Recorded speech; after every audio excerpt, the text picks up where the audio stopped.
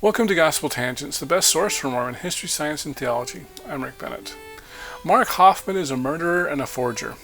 In our next conversation with Sunstone host John Larsen, we'll discuss Mark's crimes, and I'll try to clear up some of the misconceptions around them. Check out our conversation. Before we get to that, I just wanted to mention one more thing. As you know, Gospel Tangents has teamed up with the Dialogue Podcast Network. We can now be heard on Lyceum.fm. That's Lyceum.fm. So you can hear all your favorite podcasts, such as the Dialogue Podcast Network, Gospel Tangents, Beyond the Block, and Mormon News Report. So if you want to hear all of us, and we release every few days, so you'll get a lot of updates. So go to Lyceum.fm and subscribe there. Now back to our conversation. But by the way, I don't know if it's the best podcast. It's not the best podcast I ever did, but it was really interesting when I interviewed Ed Decker. Oh, you did?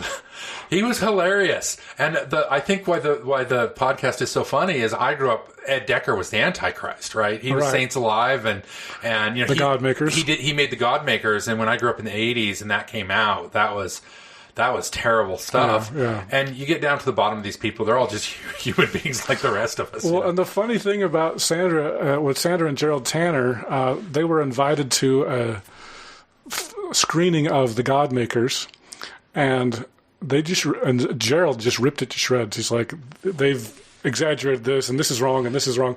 And so the people were just like stunned because the Tanners weren't on board with that Decker. And to underline that, I'll go back to this one. When the Salamander letter came out, of course, was a Mark Hofmann forgery. And that's right. Gerald said, this is fake. Yeah, he was the first one. And of course, the critics all jumped all over it.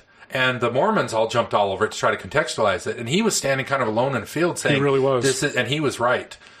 So that, whatever you want to say about Gerald and Sandra, they get props for that one. Well, and that, to be honest, that's why I interviewed Sandra. And I know, to be honest, I've had a lot of faithful Mormons that tell me my Sandra Tanner interview was their favorite, which I find really funny. Well, she's funny and she's warm and she's a hoot. Well, and I just remember I met her at Sunstone, actually, a couple years ago.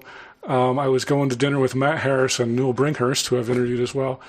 And I didn't even know who she was. And they were like, hey, we're going to dinner. Do you want to come with us? And then just through the conversation, I was like, I think this is Sandra Tanner.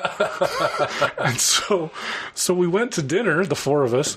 And then I just turned to Sandra and I said, how did you know that was the Mark Hofmann, the Salamander letter was a forgery? And she said, I didn't. It was all Gerald. I thought it was true.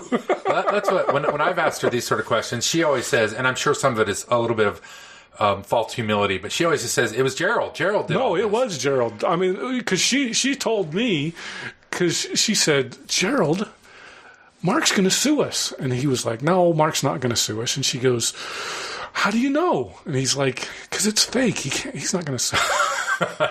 And she's like, just don't lose my house, Gerald. She is brilliant. You know, and Gerald had a really sharp mind. Yeah. And he was very prolific. Of course, in all fairness, I think it's tainted by sort of evangelical views on Christianity, in my view.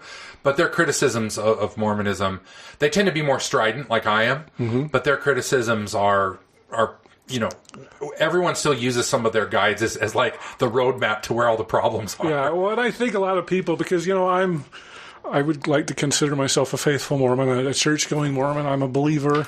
And I think a lot of people were really surprised that I would sit down and talk with Sandra Tanner. But my purpose of the interview was to talk about the Salamander letter. And so that was the main thing. It wasn't to talk about religious differences per se. But it was really interesting to hear how Gerald figured out that was a fake, because he didn't have, I think he was a high school dropout, and he didn't have any schooling. And then I interviewed George Throckmorton, who found out how Mark Hofmann was forging documents. Now, George worked for I'm trying to remember. I know he worked for the Salt Lake City Police Department, Ogden Police Department. Is he the one that cracked the crackling on the ink? Yeah, he figured out how Mark was cracking the ink. And also, he discovered that Mark had used a toy chemistry set that you buy at a toy store to do the forgeries. That was how he was aging the ink. And because he had to get iron galvatanic ink, which is we don't use that kind of ink anymore, but that's what they use in the 1800s.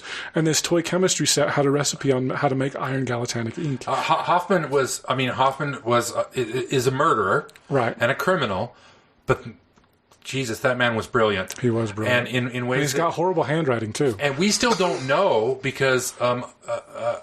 you can push back because the church wanted it to go away. So the church got involved, and I'm not. There's a lot of people who've accused this. I'm not the one making this up. The church got involved, and they wanted to cut a deal, and they cut a deal with Hofmann that if he pled guilty, he wouldn't get the death penalty, and he got a blanket pass that he wouldn't have to talk to anybody else.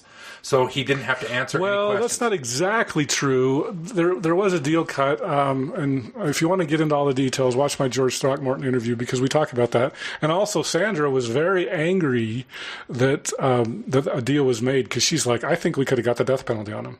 But, he I don't know if people know this, but he tried to put out a hit on the director of the Board of Pardons. Oh, I didn't know that. Yeah, while he was in jail, because he should be out of jail by now. He will never leave jail. He will never. From my understanding, and it's been a while since I've read this stuff, so you're more schooled on it than I am. But the part of the deal was that he would never see the light of day. So he was supposed. Well, no, he just got like 9 to life, I think, is what it was. He's never getting out. But he was gonna. He should be out, but because he put out the hit on the Board of Pardons, they're like, you're never leaving jail. There's no way they're ever going to release Hofmann. No, he will. I don't care. He will not. He's never getting out. As a matter of fact, he's not at Point of the Mountain anymore. He's down in Gunnison Gunnison. I think it is Gunnison. Yeah, because he used to shack up with Lafferty, with That's Dan right. Lafferty for a long time. And I've known. I used to work in law enforcement, sort of, and I've known some of his. I've known at least 2 guys who were guards in that unit who had rotated through. And they said it's because they were the only 2 who could stand each other. Yeah. Oh, really? That's funny. Well, I know Will Bagley called it the prophet and his scribe. Well, the unit that they used to be on had the nickname by the guards there, the Hall of the Prophets, because they weren't the only. There was the Laffertys and there was Hofmann, and I can't remember if Bishop was on that long. Oh, wow. He was on death row. Arthur Gary Bishop. Yeah. So there's more than one prophet at Point of the Mountain. And I'm sorry, I'm using Utah term. Point of the Mountain is a Utah State penitentiary that's down right at the Point of the Mountain. That's what they call it. That. So everyone calls that. By the way, they're going to tear it down. It's tragic. It's this beautiful Art Deco building. I know most people have never been in the prison, but it's a gorgeous really? facility. Yeah. Wow. Yeah. I don't have any desire to go see it. Actually. It's probably happened to everyone. You're sitting in Sunday school and suddenly you think, wait a minute, I've heard this all before, about 100 times. I'm ready for something new. Well, I'm happy to report that your dream Sunday school class is just a click away at the Sunstone Magazine podcast. Here you get to hear the best Sunstone articles in an Audible quality package. You'll hear about everything, from the first vision to feminism, from LGBT issues to scriptural interpretation, from polygamy to poetry, from scholarship to mysticism, from personal essay to fiction. Listen to some of our free episodes at patreon.com/sunstone. Come join the Sunday school class you wish you had.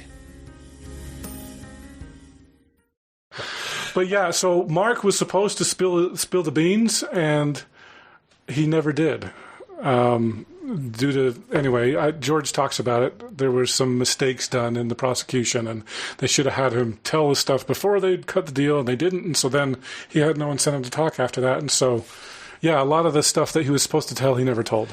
I would invite everybody to go out there and read one of the true crime books. The one I liked was one by Silto.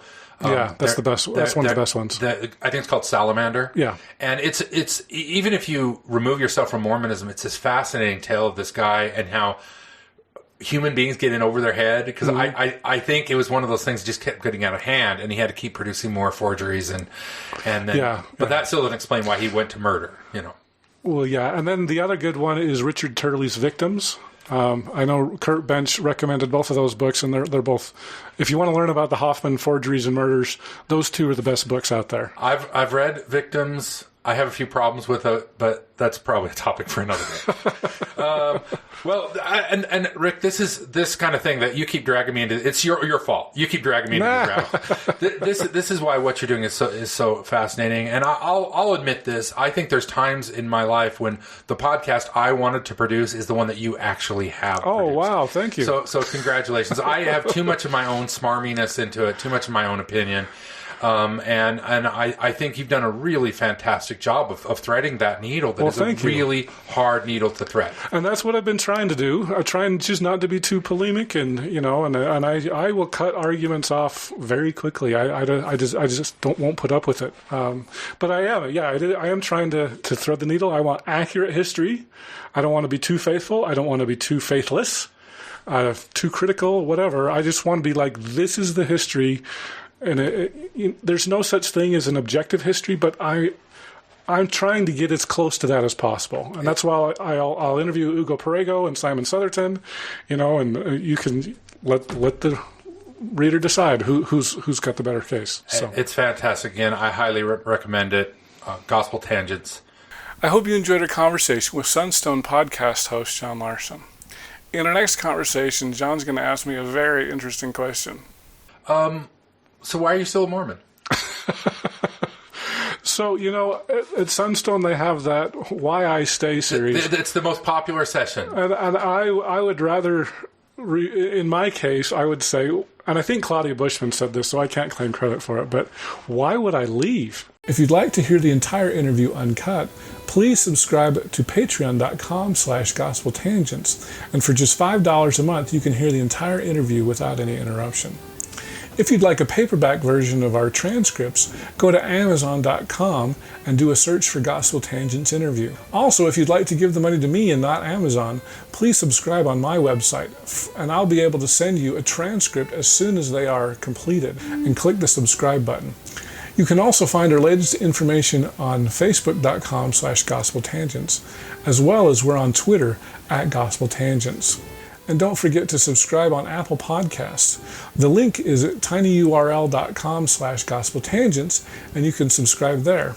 Also, please give us a 5-star review. If you want to support all of the podcasts as part of the Dialogue Podcast Network, go to lyceum.fm, that's lyceum.fm, and do a search for Dialogue Podcast Network or Gospel Tangents, because, that's a pretty cool one too. Thanks again for listening. Click here to subscribe, here for a transcript, and over here we've got some of our great videos. Thanks again.